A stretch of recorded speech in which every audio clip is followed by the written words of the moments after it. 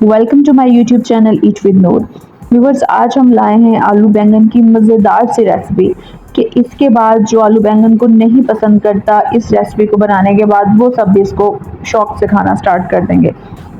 बैंगन को हम अपने हिसाब से कट कर लेंगे। आप किसी भी शेप में काटें, बस ध्यान रहे कि इसकी डंठल नहीं कटने चाहिए, वो आप इसके साथ रहने देंगे, साथ पकाएंगे, इससे फ्लेवर बहुत अच्छा आता है। इसको 4 से 5 मिनट फ्राई करने के बाद इसमें आलू ऐड कर देंगे, उसको फ्राई करेंगे।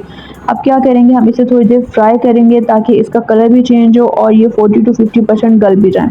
मैंने यहाँ ऐड किया एक मीडियम साइज चॉप्ड अनियन आपने इसमें ऐड करना है। उसके बाद ढकना दे देंगे।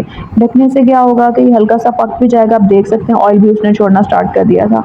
उसके बाद इसमें मैंने एक कटोरी इसमें टोमेटो क्यूरी ऐड की है। टोमेटो की क्यूरी ही आपने ऐड करनी है, उसको कट करके ऐड नहीं करना। इससे क्या होता है, कलर बहुत अच्छा आता है। यहाँ हम ऐड करेंगे 1 टीस्पून गरम मसाला, 1 टीस्पून लाल कुटी हुई मिर्च, 1 टीस्पून लाल मिर्च, 1 टीस्पून हल्दी और 1 टीस्पून ही हम इसमें धनिया पाउडर ऐड करेंगे। इसको ऐड करने के बाद इसको अच्छे से मिक्स कर देंगे। 2 से 3 मिनट आप मुसलसल चम्मच हिलाते रहेंगे। उसके बाद थोड़ा सा पानी ऐड करेंगे। पानी क्यों ऐड करेंगे, ताकि मसाले अच्छे से सब्ज़ी में पेनिट्रेट हो जाएँ, अच्छे से मिक्स हो जाएँ, क्योंकि हमने पहले इसमें पानी ऐड नहीं किया। थोड़ी ही देर में हमारी सब्ज़ी गल गई थी, क्योंकि फ्राई करते हुए ये 40 to 50% गल जाती है।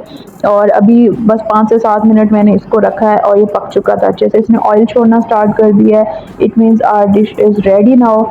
और इसका बहुत मज़े की खुशबू आ रही थी। मैंने इस पर धनिया स्प्रेड किया है, ग्रीन चिलीज इस पर ऐड की थी। माशाल्लाह इसकी बहुत बहुत प्यारी खुशबू आ रही थी। इसका कलर आप देख सकते हैं। आप इस तरीके से बनाएं। आपके घर में जो सब्ज़ी को नहीं भी पसंद करता, वो भी बहुत शौक से खाएंगे। हमारी डिश पक के तैयार हो चुकी है। इसको डिश आउट कर लेंगे। आप देख सकते हैं इसके कलर्स, इसका टेक्सचर, ये खाने में भी बहुत मज़े की थी।